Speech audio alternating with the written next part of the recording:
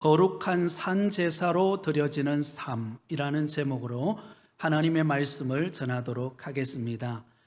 하루는 아들 병아리가 아빠 닭에게 이렇게 질문을 했다고 합니다. 아빠, 우리 머리 위에는 왜 벼슬이 있어요? 그러자 아빠 닭이 대답을 합니다. 그건 적들에게 우리의 위험을 과시하기 위해서지. 아빠, 그러면 우리 주둥이는 왜 뾰족하고 날카롭죠? 그것은 적들을 무자비하게 공격해 혼을 내주기 위함이지. 아빠, 그러면 왜 우리 병아리와 닭은 목소리가 이렇게 크죠? 그건 적들의 기선을 제압하기 위함이지. 그러자 한참 아들 병아리가 생각을 하다가 말을 할까 말까 하는 거예요. 그런데 아빠, 왜 그러니? 그러자 아들 병아리가 이렇게 질문을 합니다. 아니, 그런 힘을 가진 우리가 지금 닭장 안에서 뭐 하고 있는 거죠? 라고 대답을 했다고, 질문을 했다고 합니다. 여러분, 벼슬도 있고 주둥이도 있고 그리고 목소리도 큰데 왜 닭장 안에만 있는 거죠? 닭이니까, 그죠? 그러긴 하지만 뭔가 우리가 웃지만 우리에게 뭔가 교훈을 주고 있지 않습니까? 우리는 예수 믿는 믿음의 성도로서 하나님의 택한 자녀이고 또 영생을 누리는 그 은혜와 감격을 우리는 맛보며 살아갑니다. 그런데 왜 세상 속에 우리는 염려와 걱정이 그렇게 많죠? 왜 그렇게 우리는 그리스도인으로서의 영향력을 미치지 못하고 우리는 살아가고 있을까요? 로마서는 총 16장으로 구성되어 있습니다. 로마서의 전체 구조를 보면 1장에서 11장까지는 기독교 교리, 복음에 대한 이야기를 다룹니다. 그리고 오늘부터 12장부터 16장까지는 그리스도인의 삶의 윤리에 관한 내용을 다루고 있습니다. 이것은 사도 바울이 기록한 서신서들의 공통적인 구조라고 말할 수가 있습니다. 앞부분에는 기독교의 핵심인 교리적인 복음의 내용을 다루고 있고, 뒤에는 그 복음의 감격을 누린 우리 성도들이 어떻게 살아가야 하는가, 생활의 윤리에 관한 내용을 다루고 있습니다. 그런 면에서 볼 때 오늘 우리가 읽은 이 로마서 12장은 바로 우리 그리스도인의 삶의 윤리, 삶에 관한 내용을 다루고 있습니다. 로마서 12장 1절은 이렇게 시작하죠. 그러므로. 자, 여러분, 이 그러므로라고 하는 이 접속사로 시작하고 있는데요, 이것은 그동안 로마서 1장부터 11장까지 다루었던 복음의 내용을 총괄해 볼 때라는 의미를 담고 있습니다. 자, 그러면 로마서 1장에서 11장까지의 줄거리는 무엇입니까? 바로 오직 믿음으로 우리는 의롭게 되었고, 그러므로 믿음으로 구원받은 우리 성도들은 하나님의 은혜 속에 살아가고 있다라는 것이 로마서 1장에서 11장까지의 핵심 내용입니다. 그러면 이제부터 우리가 하나님의 은혜로 구원받고 믿음으로 하나님의 택한 자녀가 되었다면 우리는 어떻게 살아가야 하는가? 그 내용이 바로 로마서 12장부터 16장까지 내용입니다. 그리고 오늘 우리가 읽은 이 두 절의 짧은 내용이지만 이 두 내용은 우리 그리스도인이 어떻게 살아가야 되는가를 함축하고 있는, 요약해주는 매우 중요한 본문이라고 말할 수 있습니다. 자, 그런 의미에서 우리 1절과 2절을 우리 다시 한 번 더 같이 읽겠습니다. 시작. 그러므로 형제들아, 내가 하나님의 모든 자비하심으로 너희를 권하노니 너희 몸을 하나님이 기뻐하시는 거룩한 산제물로 드리라. 이는 너희가 드릴 영적 예배니라. 너희는 이 세대를 본받지 말고 오직 마음을 새롭게 함으로 변화를 받아 하나님의 선하시고 기뻐하시고 온전한 뜻이 무엇인지 분별하도록 가라. 아멘. 자, 이 말씀을 요약하면 이런 뜻입니다. 구원의 은혜를 입었다면 우리는 날마다 거룩한 산제물이 되는, 거룩한 산 제사를 드리는 삶을 살아야 한다는 것입니다. 날마다 거룩한 삶의 예배자로서의 삶을 살아가는 것이 우리 그리스도인의 삶이라는 것을 말씀하고 있습니다. 그러면 가장 먼저 여러분에게 질문을 드리겠습니다. 그러면 산 제사란 무엇일까요? 산 제물이란 무엇을 의미할까요? 자, 구약시대 때는 제사가 있었죠. 그런데 놀랍게도 구약시대 때에 드렸던 제사와 방법과 신약시대의 제사의 방법은 전혀 다릅니다. 여러분, 구약시대 때에 하나님을 만나기 위하여 제사를 드리려 나올 때 그냥 나올 수가 없었습니다. 반드시 그들이 가지고 오는 게 있었습니다. 그게 바로 제물입니다. 양이나 소나 비둘기나 이런 짐승을, 거룩한 짐승을 가지고 데리고 와서 그것을 번제단에서 그것을 피를 다 흘리고 그것을 태워서 하나님 앞에 번제로 드리고는 하나님을 만났습니다. 그러니까 구약시대의 제사는 죽여서 제물을 드리는 제사였습니다. 그러나 신약시대에 와서는 다릅니다. 더 이상 피를 흘려서 제물을 가지고 와서 소나 양이나 비둘기를 잡아서 그래서 피를 다 쏟은 상태에서 죽은 제물을 드리는 시대가 아닙니다. 여러분, 만약에 우리가 구약시대에 살았다면 주일날 교회 올 때 뭐 들고 와야 되겠어요? 올 때마다 여러분 소 한 마리씩 데려와야 돼요. 데려올 때 머리 쓰다듬어 주고, 그죠? 오늘 잘 가자 이렇게 하고는 여러분 조용히 데려와야 됩니다. 얼마나 불편합니까? 여러분, 신약시대 사는 자체만 해도 은혜인 줄 믿습니다. 자, 신약시대 때는요, 우리 그리스도인을 위하여서 우리 모든 사람들을 대신해서 예수님이 친히 영원한 제사를 단번에 드리셨습니다. 히브리서 10장 14절에 보면 이렇게 기록되어 있습니다. 우리 같이 읽습니다. 그가 거룩하게 된 자들을 한 번의 제사로 영원히 온전하게 하셨느니라. 아멘. 여러분, 우리가 다시금 제사를 드리고 하나님을 만나기 위해서 제물을 가지고 올 이유가 있을까요? 없을까요? 없어요. 왜냐하면 우리 예수님께서 친히 한 번에 자신이 제물이 되어서 영원한 하나님과의 우리와의 깨어진 관계를 연결시켜 놓았기 때문에 이제는 예수님이 영원한 제사를 드린 거예요. 그러므로 이제는 우리는 하나님을 만날 수 있고 우리는 죽은 제사가 아니라 산 제물로 하나님 앞에 나아가게 됩니다. 그러므로 산 제사란 무엇을 말할까요? 산 제사란 죽은 제물이 아니라 살아있는 제물. 다시 말하면 저와 여러분 자신을 하나님께 드리는 제사가 산 제사, 산 제물인 것입니다. 내 몸을 하나님 앞에 드리고 내 마음을 드리고 전 인격을 다하여서 내 삶을 드려 하나님을 예배하는 것을 일컬어서 산제사라 그렇게 말을 한다라는 것입니다. 여러분, 구약시대 때는요, 성전이 따로 있었습니다. 그리고 그 성전에서 제사를 집례하는 제사장도 따로 있었습니다. 그리고 제물도 따로 가져와야만 했습니다. 그런데 신약시대는 달라요. 신약시대는 하나님의 성전은 곧 누구일까요? 저와 여러분이 하나님의 성전입니다. 그리고 제사장은 누구일까요? 제사장도 저와 여러분이에요. 그래서 만인 제사장이라 그럽니다. 저와 여러분이 제사장입니다. 하나님 앞에 나아가서 예배하는 제사장입니다. 그리고 필요한 제물은 무엇입니까? 나 자신이에요.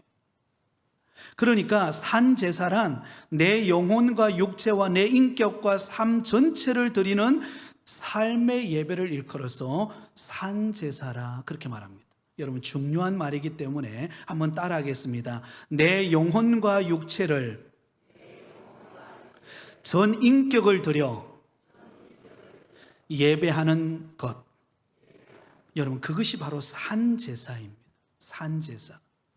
여러분, 신약시대는 우리 자신을 들여서 하나님을 예배하고 우리의 삶을 들여서 하나님을 기쁘시게 하는 제사, 이것이 바로 산제사라는 것을 우리는 알아야 합니다. 자, 그러면 누가 산제사를 드릴 수 있을까요? 누가 산제사를 드릴 수 있을까요? 아무나 다 산제사를 드릴 수 있을까요? 아무나 하나님 앞에 나올 수 있을까요? 그렇지 않습니다. 거듭난 그리스도인만이, 예수 그리스도를 구주로 영접하고 죄 사함을 받은 하나님의 택한 자녀만이 하나님 앞에 거룩한 산제사를 드릴 수가 있습니다. 에베소서 2장 1절은 이렇게 기록하고 있습니다. 우리 같이 읽습니다. 그는 허물과 죄로 죽었던 너희를 살리셨도다.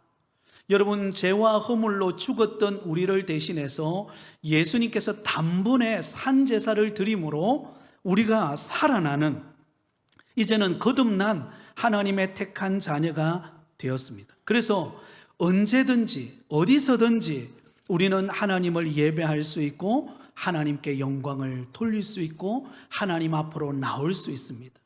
예수님의 보혈의 능력을 힘입어서 우리는 언제든지 하나님 앞에 나올 수 있습니다.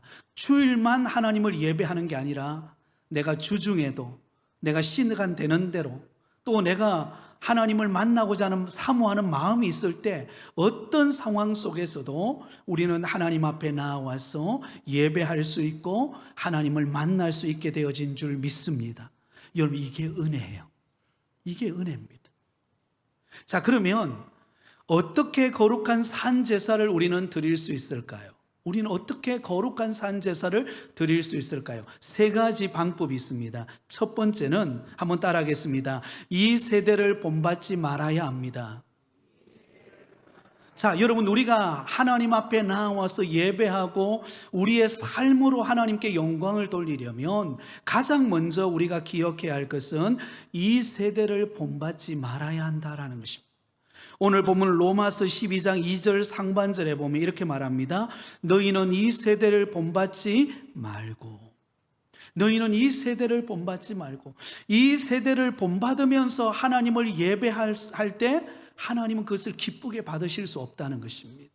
자, 그러면 이 세대를 본받지 말라라고 할 때 이 세대는 무엇을 말합니까? 바로 이 세상의 가치관과 풍조를 따라가는 것을 말합니다. 이 세상의 가치관과 풍조가 이 세대를 본받는 것입니다. 요한일서 2장 15절 16절에 보면 이렇게 말씀하고 있습니다. 우리 같이 읽습니다. 시작. 이 세상이나 세상에 있는 것들을 사랑하지 말라. 누구든지 세상을 사랑하면 아버지의 사랑이 그 안에 있지 아니하니 이는 세상에 있는 모든 것이 육신의 정욕과 안목의 정욕과 이생의 사랑이니 다 아버지께로부터 온 것이 아니요 세상으로부터 온 것이라. 아멘. 자, 여러분, 이 세상에 속한 이 세대를 본받고 세상의 가치관과 풍조를 따르는 그 세 가지 모습이 있습니다. 세 가지. 바로 육신의 정욕과 안목의 정욕과 이생의 자랑. 이것이 바로 세상의 가치관이에요. 여러분의 육신의 정욕은 절제되어지지 않는 육체의 욕구를 말합니다. 여러분, 우리 인간에게는 다 욕구가 있습니다. 먹는 욕구, 또 성적인 욕구, 또 우리가 하고 싶은 욕구들이 다 있습니다. 그러나 그 욕구가 절제되어지지 않는 욕구라고 한다면 그때부터는 위험한 것입니다. 안목의 정욕은 눈에 보이는 대로 쫓아가는 것을 말합니다. 그리고 이생의 사랑은 세상의 명예와 자랑을 쫓아가는 것을 말합니다. 자, 이 세 가지를 오늘 이 시대를 비추어서 의미한다면 이 세대를 본받지 말라라고 할 때에 이 세대의 모습은 어떤 것들이 있을까요? 한 몇 가지를 우리가 살펴볼 수 있을 것 같습니다. 가장 먼저 요즘에 여러분 퀴어 축제라고 하는 것이 전국적으로 마치 그것이 문화인 것처럼 동성애 문화를 미화시켜서 사람들을 현혹하고 젊은이들을 유혹하고 있습니다. 이게 바로 세상의 가치관, 세상의 풍조를 따라가는 모습입니다. 여러분, 동성애가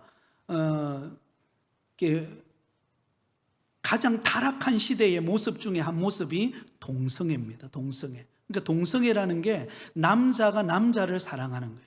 여자가 여자를 사랑하는 것입니다.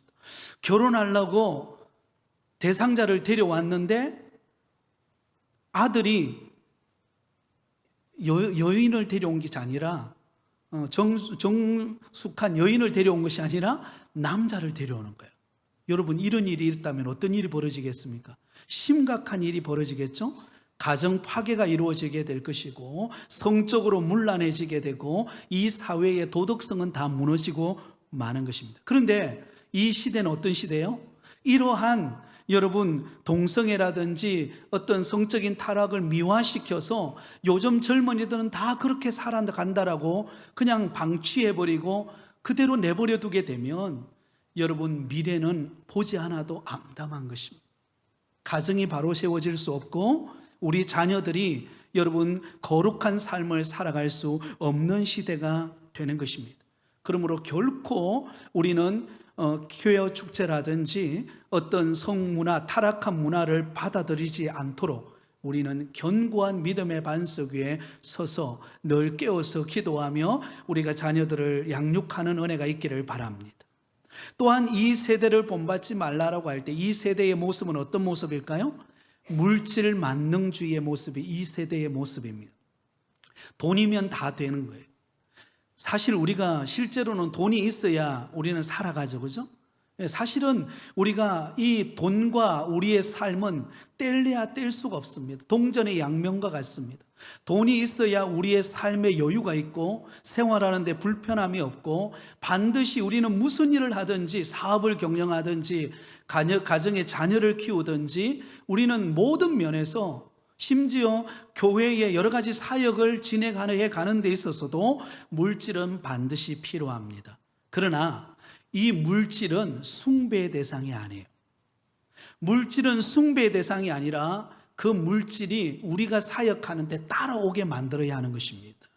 그것이 성경적인 관점인 줄 믿습니다. 돈은 필요한 것이지만 돈의 노예가 되어서 돈을 쫓아가다가는 돈 때문에 망하는 것입니다.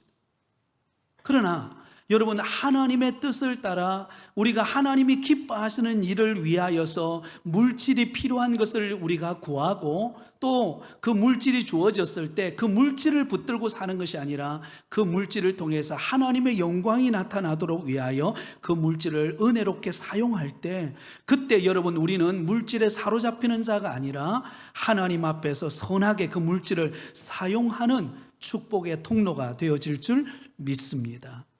한번 따라하겠습니다. 물질은 사랑의 대상이 아니다.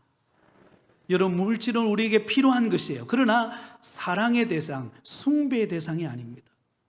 여러분 그러므로 우리는 하나님의 뜻을 구하고 하나님이 기뻐하시는 일을 위하여 물질이 따라올 수 있도록 그것을 위해서 기도하고 땀 흘리고 수고하는 여러분이 되기를 바랍니다. 또한 이 세대를 본받지 말라라고 할 때 이 세대는요 이기주의적인 시대입니다. 개인주의적인 시대, 나만 아는 거예요. 그래서 여러분 요즘에 이 묻지마 범죄가 얼마나 심각해졌습니까? 묻지마 범죄. 여러분 묻지마 범죄는 누구예요? 대상을 가리지를 않습니다. 내가 상대방이 나에게 피해를 입힌 사람인지 안 입힌 사람인지 상관을 하지를 않아요. 상대방이 나에게 피해를 입혔든지 입히지 않았든지 그냥 내 눈앞에 보이니까 그 사람을 해하고 또한 그 사람을 괴롭히고 억압하고 위협하는 것입니다. 이것은 굉장히 이 시대의 이기적인 타락한 시대의 모습을 보여주고 있다는 것을 우리는 알 수가 있습니다.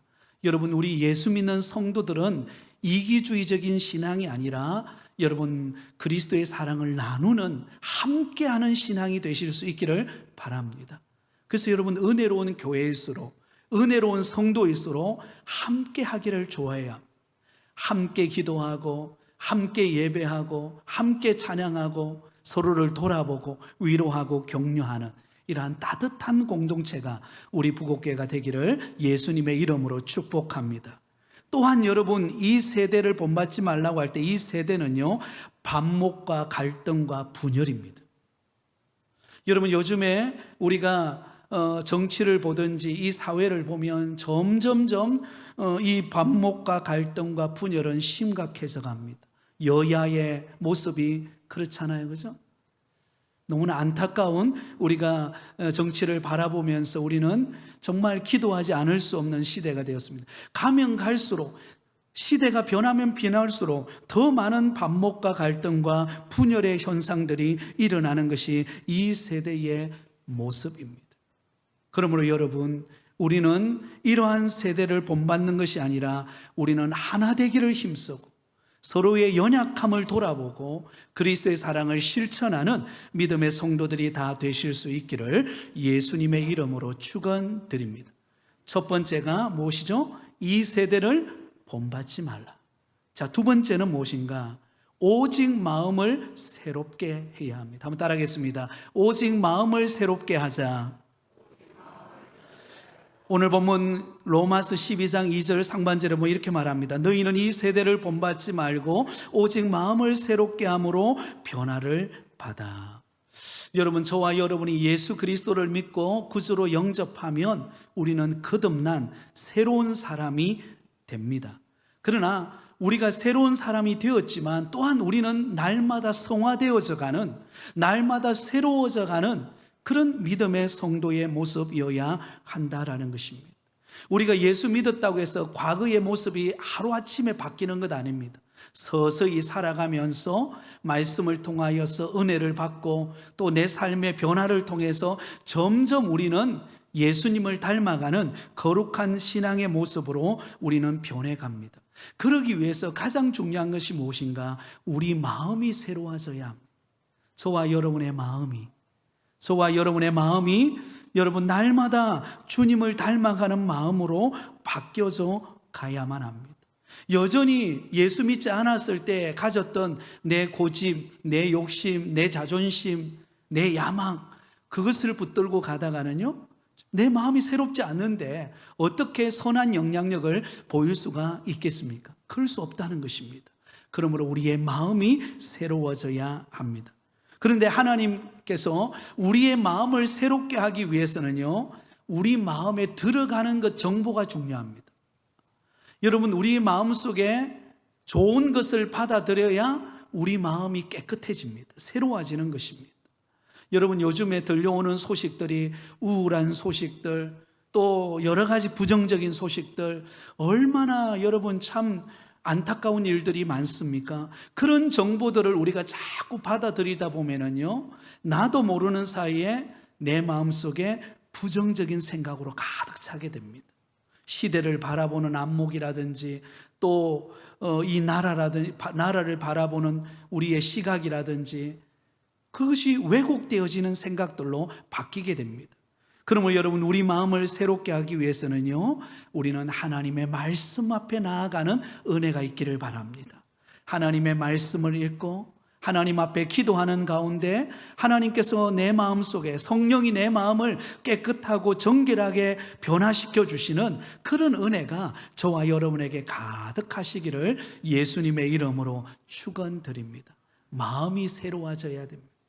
얼굴만 이쁘다고 여자냐? 마음이 고와야 여자지. 뭔 노래죠 이게? 네, 누군가가 불렀죠, 그죠? 네, 가수 남진 씨가 불렀어요. 그렇죠?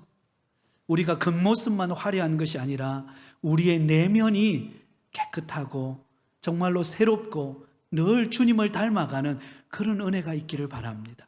그러기 위해서 하나님의 말씀이 기도 속에서 우리의 영혼이 날마다 새로워지는 은혜가 있기를 예수님의 이름으로 축원드립니다. 마지막 세 번째는요, 하나님의 선하신 뜻을 분별해야 합니다. 한번 따라하겠습니다. 하나님의 선하신 뜻을 분별하자.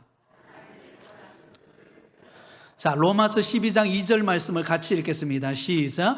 너희는 이 세대를 본받지 말고 오직 마음을 새롭게 함으로 변화를 받아 하나님의 선하시고 기뻐하시고 온전한 뜻이 무엇인지 분별하도록 가라. 아멘. 하나님의 뜻을 분별하는 삶을 살라는 것입니다. 여러분, 혼탁한 시대를 우리가 살아가다 보면 이게 하나님의 뜻인지 아니면 세상의 방식인지 우리가 헷갈릴 때가 많습니다.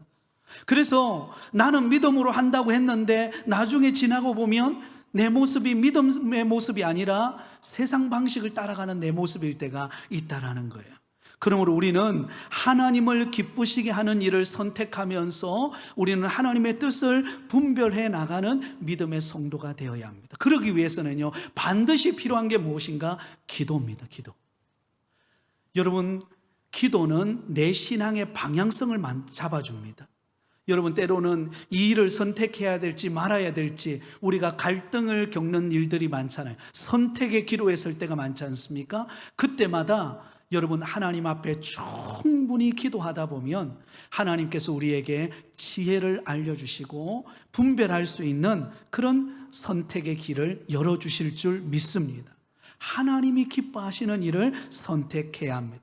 가장 쉬운 방법이 있어요. 우리가 하나님의 뜻을 알고 그 뜻대로 행하려면, 여러분, 데살로니가전서 5장 16절에서 18절 말씀, 우리가 잘 아는 말씀이죠. 같이 한번 암송해 볼까요? 시작.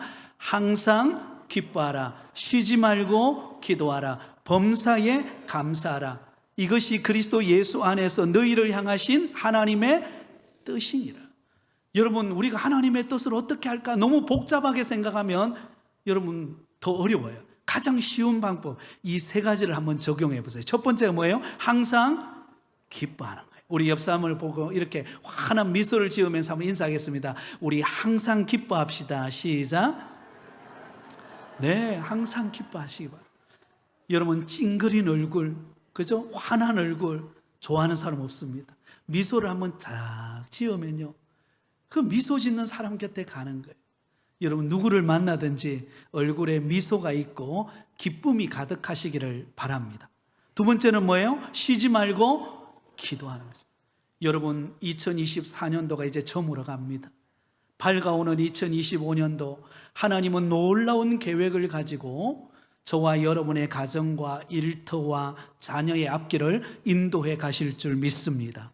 그래서 기도하시기 바라요. 기도하면 하나님이 그 길을 인도해 가십니다. 도와주십니다.